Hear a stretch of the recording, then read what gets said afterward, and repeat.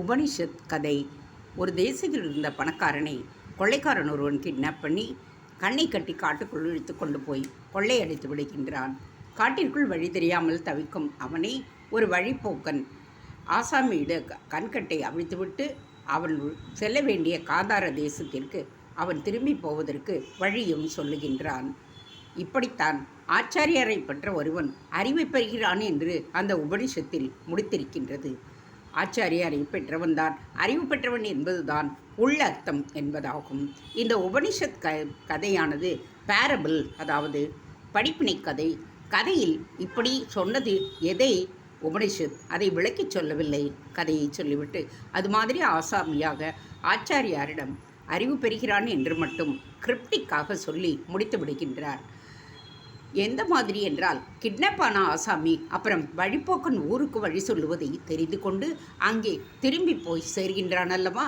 அதுபோல பிரம்மமாக இருக்கப்பட்ட நிலையிலிருந்து மாயையினால் கிட்னாப் செய்யப்பட்டு ஒரு ஜீவன் சம்சார காட்டிற்கு கடத்தப்படுகின்றான்.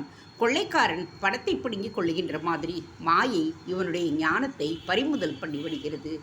அஞ்ஞானத்தில் இவனுடைய அறிவு கண்ணை கட்டி போட்டு விடுகின்றது. ஆனால் ஒரு பெரிய வித்தியாசம், அதோடு திருட்டி பயல் ஓடிப்போய்விட்ட மாதிரி மாயை ஓடிவிடாது. சம்சார காட்டிலிருந்து மீண்டும் மறுபடி எப்படி மோட்சப்பதம், அதாவது கதையில் வந்த சொந்த ஊரான காந்தாரத்திற்கு செல்லுகின்றது? வழி தெரியவில்லையே, இதற்கு யார் வழி சொல்லுவார்கள் என்று ஜீவன் நாலா திசையிலும் முயற்சி பண்ணி பார்க்கின்றது. புக்தியில் பலவிதமாகவும் யோசித்து பார்க்கிறான் என்று அர்த்தம். மோட்சதாகம், ஞானதாகம் ஜீவனுக்கு வந்துவிட்டதல்லவா? அப்படி வந்தாலும் அவன் சுய புத்தியால் அதை தனித்து கொள்வதற்கு ஈஸ்வரன் விடுவதில்லை. தன்னுடைய அனுகிரகத்திற்கே சேனலைஸ் செய்கிறான். அப்படி வடிகாலாக குரு என்னும் ஒருவரை அனுப்பி வைத்தே அந்த தாகத்தை இறைவன் தணிப்பான். உபனிஷத் கதையில் காட்டில் போன வழிப்போக்கன்தான் அந்த குரு. குரு ஆச்சாரியார் வருகின்றார்.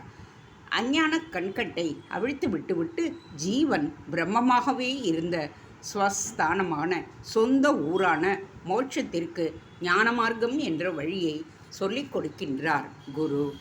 தேங்க்ஸ் ஃபார் வாட்சிங். Please subscribe.